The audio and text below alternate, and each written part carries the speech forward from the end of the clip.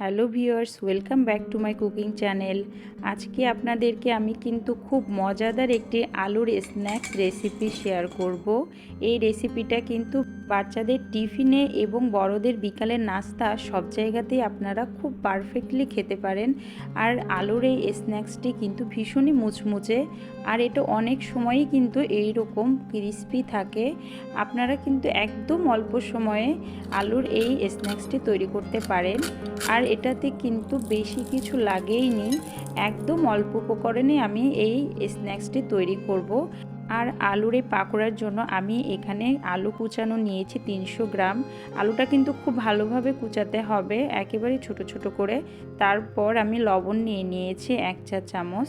এবার আমি দুইটা উপকরণ মিলাই খুব ভালোভাবে মাখিয়ে রাখবো। এটা মাখিয়ে রাখবো পানিটা যাতে বের হয়ে যায়, এজন্য 5 মিনিট আমি রেস্টে রেখে দিব। তো 5 মিনিট পর দেখুন কতটা পানি বের হয়েছে আলু দিয়ে। এখন এই পানিটা আমি ফেলে দিব। এই পানিটা থাকলে কিন্তু ভালো হবে না আলুর এই পাকোড়াটি। তো এখন আমি পানিটা ফেলে দিয়ে নর্মাল পানি দিয়ে আলুটা আমি ধুয়ে ফেলবো।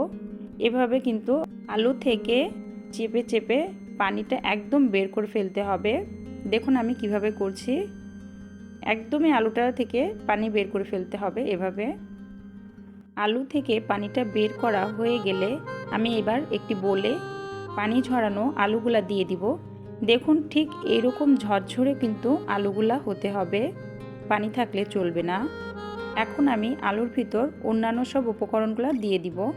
এখানে ময়দা নিয়েছি 2.5 টেবিল চামচ, দেখুন মাপটা দেখুন আপনারা। এরপর আমি টেস্টিং সল্ট দিয়ে দিব 1/2 চা চামচ। যেহেতু আমি আগে লবণ দিয়ে এটি মাখিয়ে রেখেছি, এজন্য এক্সট্রা লবণ দিব না। গোলমরিচের গুঁড়া দিয়ে দিয়েছি 1/4 চা চামচ, লাল মরিচের গুঁড়াও 1/4 চা চামচ, অরিগানো দিয়ে দিলাম 1/4 চা চামচ। অরিগানোটা অপশনাল। এখন সব উপকরণগুলো আমি একসাথে খুব ভালোভাবে আলুর গায়ে মাখিয়ে নিব। আলুটা কিন্তু এরকম ঝরঝরে থাকবে।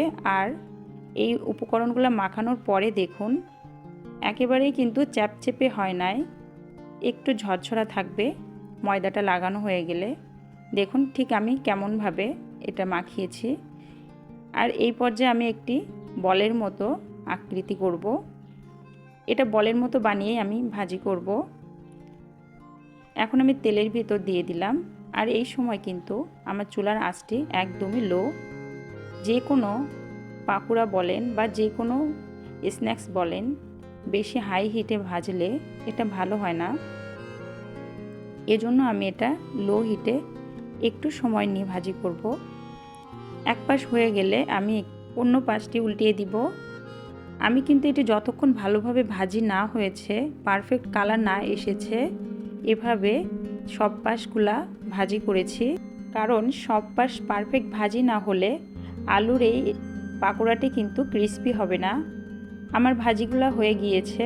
পাকোড়াগুলার দেখুন কত সুন্দর কালার এসেছে, একেবারেই দেখেই বোঝা যাচ্ছে কতটা এটা মুচমুচে খেতে হয়েছে। আপনারা কিন্তু বাসায় এটা খুব সহজেই তৈরি করতে পারেন, কারণ এই আলুর পাকোড়াগুলাতে কিন্তু খুব বেশি কোনো উপকরণও প্রয়োজন হয়নি। আর সামনেই যেহেতু রোজা চলে আসছে, আপনারা কিন্তু ইফতারের একটি মেনু হিসেবে আলুর এই পাকোড়াগুলা দারুণ মজা করে খেতে পারেন। তো বন্ধুরা, আমার রেসিপিটা ভালো লাগলে অবশ্যই কমেন্ট করে জানাবেন। আর এটি যে কতটা ক্রিস্পি হয়েছে আপনারা তো তা দেখেই বুঝতে পারছেন। আর দেখতেও কিন্তু খুবই লোভনীয় হয়েছে। আপনাদের আমি একটি পাকোড়া দেখাচ্ছি, দেখুন কতটা ক্রিস্পি হয়েছে পাকোড়াগুলা। এটা কিন্তু একদম ভিতর থেকেও সেদ্ধ হয়ে গিয়েছে।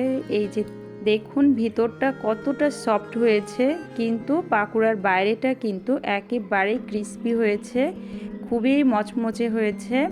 আপনারা কিন্তু এটা বাসায় বানালে সবাই অনেক মজা করে খেতে পারবেন। তো বন্ধুরা, ভিডিওটি ভালো লাগলে চ্যানেলটি সাবস্ক্রাইব করে দিবেন।